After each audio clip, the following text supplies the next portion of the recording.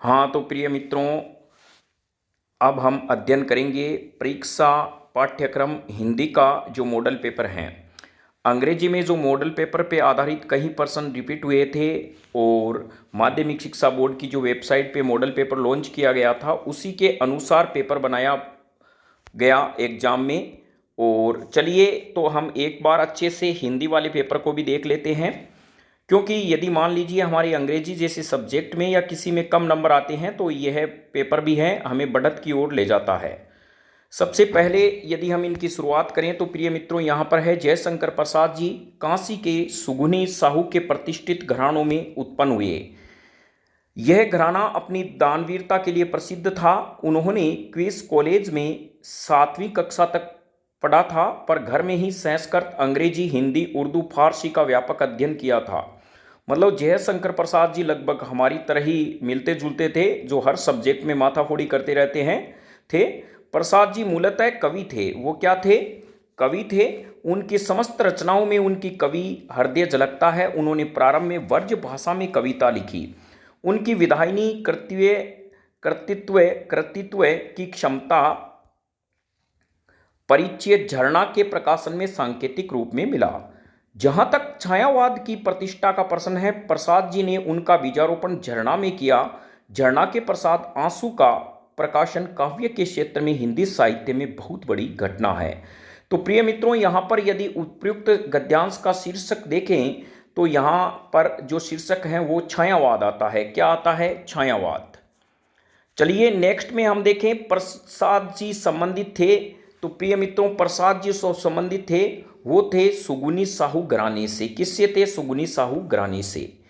प्रसाद जी ने सर्वप्रथम कौन सी भाषा में कविता लिखी? व्रज भाषा में लिखी। यदि आप एक बार पैसेज को अच्छे से पढ़ लेते हैं, मुझे लगता है यहाँ पर आप आंसर अच्छे से दे सकते हैं। निम्न में से कौन सी रचना जयशंकर प्रसाद की है? तो प्रिय मित्रों, यहाँ पर यदि हम देखें तो यहाँ झरना भी है और आंसू हैं। तो यहाँ देखते हैं कि संगीत का क्या इन्होंने कहीं जिक्र किया है। तो प्रिय मित्रों, यहाँ पर यदि हम देखें तो उनकी विधायनी कृतित्व की क्षमता का परिचय झरना में प्रकाशन में सांकेतिक रूप में मिला। जहां तक छायावाद की प्रतिष्ठा का प्रश्न है, प्रसाद जी ने उनका बीजारोपण झरना में ही किया। झरना के प्रसाद आंसू का प्रकाशन काव्य क्षेत्र हिंदी साहित्य में बड़ी घटना है। तो प्रिय मित्रों, यहाँ यदि हम विकल्प में देखें तो झरना और संगीत यहाँ पर मेल नहीं खाते हैं। कौन सी रचना है? तो आंसू इनकी क्या है? रचना है। तो चलिए यहाँ पर नेक्स्ट देखते हैं, जयशंकर प्रसाद ने छायावाद का बीजारोपण किस रचना से किया?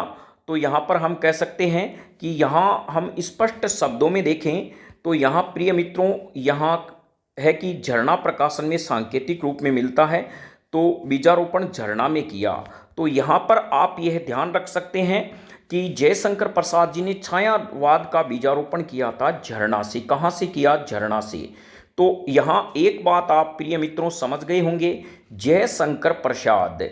तो यहाँ पर यदि हम बात करें जय जय, जब किसी की जय बोलते हैं, बोलिए सियावर रामचंद्र भगवान की जय, अब हम जाने लगते हैं तो वो क्या कहते हैं कि चलिए यहाँ पर हम अपने दिल और दिमाग से जय बोलते हैं तो आंखों में आंसू भी आ जाते हैं। भगवान ये क्या हो रहा है कि अधर्म बढ़ रहा है, धर्म का साथ दीजिए। तो हम यह विलाप करते हैं प्रभु से, तो आंखों में आंसू।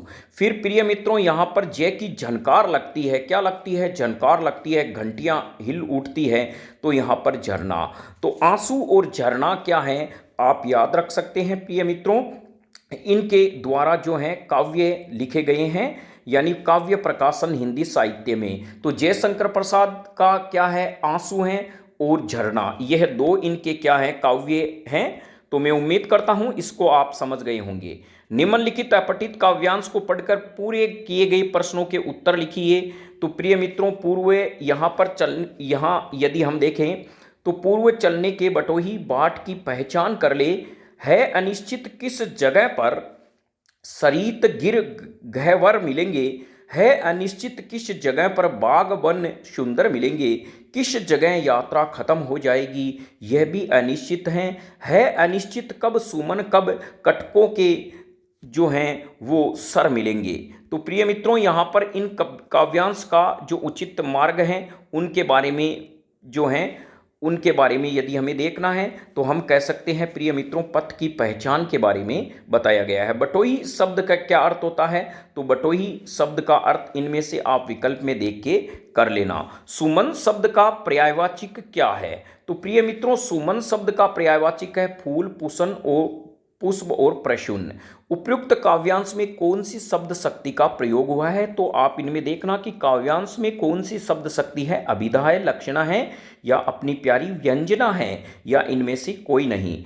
प्रस्तुत काव्यांश में कटकों के सर का क्या अर्थ है? तो प्रिय मित्रों, यहाँ कटकों के सर का क्या अर्थ बताया गया है वो लिखना है। और वो भी आप ध्यान रखें प्रिय मित्रों, जैसे आप 10 नंबर लगाते हैं तो इसमें डायरेक्ट क्वेश्चन संख्या जो 10 हैं, फिर इनमें आप विकल्प में लिख देना अ है या ब है, डायरेक्ट इनको पूरा उतारना मत वहां पे, नहीं तो फिर वही गलती हो जाएगी, आप कहेंगे प्रश्न छूट गई। उन्मेष शब्द का क्या अर्थ है? इनमें से जॉर्ज पंचम की नाक की कहानी है, यानी जॉर्ज जो पंचम की नाक की कहानी कौन सी है? व्यंग्यात्मक है या स्मरणात्मक है या ऐतिहासिक है या बाल मनोवैज्ञानिक है? चलिए नेक्स्ट है प्रिय मित्रों, निम्नलिखित रिक्त स्थान की पूर्ति कीजिए। तो निम्नलिखित रिक्त स्थान के बारे में देखें तो गाय, आदमी, पुस्तक आदि शब्द संज्ञा का बोध कराते हैं। ये कौन सी संज्ञा का हमें बोध कराते हैं? तो प्रिय मित्रों, यहाँ पर आपको पता होगा व्यक्तिवाचक, जातिवाचक और भाववाचक होती है। तो यहाँ नाम से ही पता चलता है यह जातिवाचक संज्ञा का बोध कराते हैं। जिस सर्वनाम का प्रयोग के लिए किया जाता है उसे प्रश्नवाचक सर्वनाम कहते हैं। तो कौन से शब्द का प्रयोग करने, यानी जिस सर्वनाम का प्रयोग हम करेंगे तो उसे प्रश्नवाचक, जैसे मैं कहूँ प्रिय मित्रों कि इनमें जैसे हम अंग्रेजी में कह सकते हैं वो जो हैं वाट, आट, वोट हैं, विच हैं, इसी प्रकार आपको भी इनमें बताना है कौन है। ऐसे शब्द जो संज्ञा या सर्वनाम की विशेषता बताते हैं। आप इन प्रश्नों को एक बार अच्छे से याद कर ले प्रिय मित्रों, हो सकता है माध्यमिक शिक्षा बोर्ड में यही प्रश्न वापस रिपीट हो जाए, क्योंकि इस बार जो अंग्रेजी में है वो वर्ब रिपीट हुई थी, वर्ब हुए थे, और हम कहें वांट वाले जो एड क्वेश्चन हैं वो एजिड डिटो छपे थे उनके अंदर, तो हु हैं, हुज हैं, वो प्रश्न छपे थे। तो इनमें भी एक बार आप देख लेना। तो चलिए, अविकारी शब्द ही शब्द भी कहलाते हैं। अनुज शब्द में उपसर्ग है कौन सा है? मानवता शब्द में मूल शब्द कौन सा है? अब नेक्स्ट लेते हैं, निम्न में अतिलघुत्मक प्रश्नों के उत्तर 20 शब्दों में लिखिए। तो प्रिय मित्रों, यहाँ पर 20 शब्दों में है व्यंजन संधि की परिभाषा लिखनी है। और व्यंजन संधि की जब आप परिभाषा लिखते हैं तो इसका एक उदाहरण जरूर लिख देना। तत्पुरुष समास के 2 उदाहरण लिखिए। काठ का उल्लू होना मुहावरे का क्या अर्थ है? लिखिए। जैसी करनी वैसी भरनी लोकोक्ति का वाक्य में प्रयोग कीजिए। तो प्रिय मित्रों, ऐसा है कि आज हम जैसा करेंगे वैसा हमें मिलेगा। यदि हम अच्छा करेंगे तो अच्छा मिलेगा, यदि हम बच्चों को पढ़ाएंगे तो भगवान हमारा साथ देगा, वरना भगवान भी एक दिन हमारा साथ छोड़ देगा। और आपको पता है आगे क्या क्या होता है, जैसी करनी वैसी भरनी। तो चलिए प्रिय मित्रों, यतीन्द्र मिश्र का जन्म कब और कहाँ हुआ, इनके बारे में भी आपको बताना है कि यतीन्द्र मिश्र का जन्म। महावीर प्रसाद ने क्या तर्क देकर स्त्री शिक्षा का समर्थन किया था? बच्चे की दंतुरित मुस्कान का कवि के मन पे क्या प्रभाव पड़ा? 8वां प्रश्न है, गिरीश कुमार महातुर की किन्हीं 2 रचनाओं के नाम लिखिए। संगीतकार कविता किस महत्व पर विचार करती है? भदंत आनंद कौशल्यायन ने सभ्यता को किस परिणाम माना है? चलिए प्रिय मित्रों, नेक्स्ट प्रश्न है, रानी आए और नाक न हो पंक्ति में नाक न होने की बात कही गई है, तो इनके बारे में आपको बताना है। अज्ञेय किस विषय के विद्यार्थी रहे? मैं क्यों लिखता हूं पाठ के आधार पर बताइए। तो चलिए प्रिय मित्रों, यहाँ पर आप समझ लिया होगा 12वें प्रश्न है। फिर खंड ब में हम प्रवेश कर जाते हैं।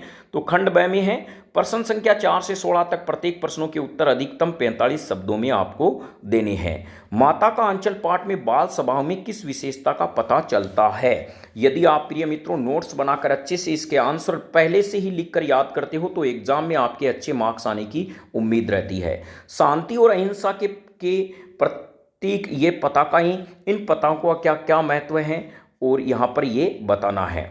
दुलारी का परिचय टुन्नू से कहाँ और कैसे हुआ? काल के आधार पर क्रिया के भेद को नाम बताइए प्रिय मित्रों, कि भेदों के उदाहरण सहित आपको समझाना है। गोपियों ने उद्धव को बड़े भागी क्यों बताया? बाल गोविंद भगत अपनी किन चारित्रिक विशेषताओं के कारण साधु कहलाते थे?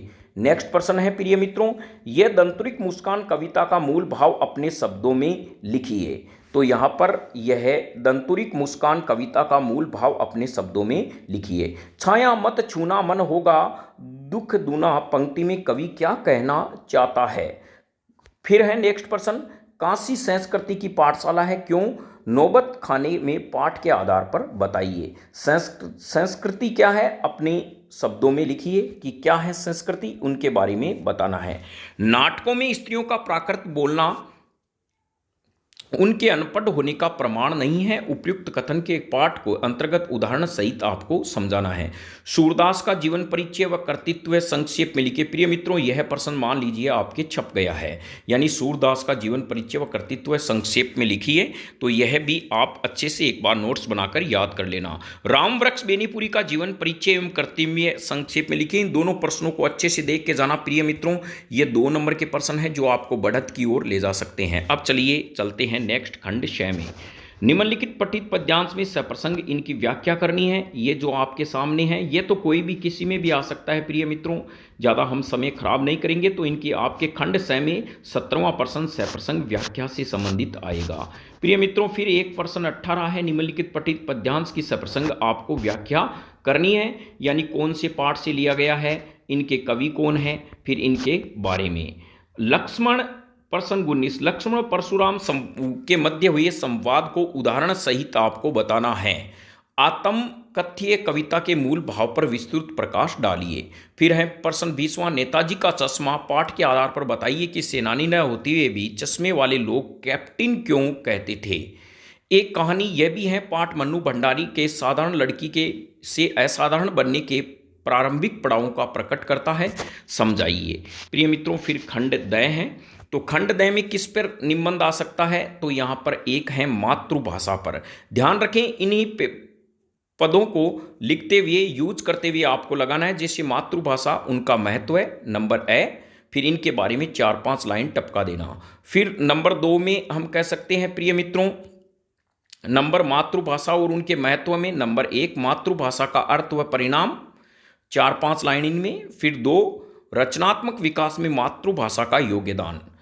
फिर 3 मातृभाषा व राष्ट्रभाषा, नंबर 4 उपसंहार। तो इनके बारे में आपको क्या है, लाइनें लिखनी है। जैसे 300 से 350 शब्दों के अंदर आपको पैराग्राफ लिखना है। तो ध्यान रखें। चलिए नेक्स्ट, मेरा प्रिय नेता। तो प्रिय मित्रों, यहाँ पे मेरे प्रिय नेता के बारे में यह है, और मेरी अविस्मरणीय यात्रा और राजस्थान के मेले।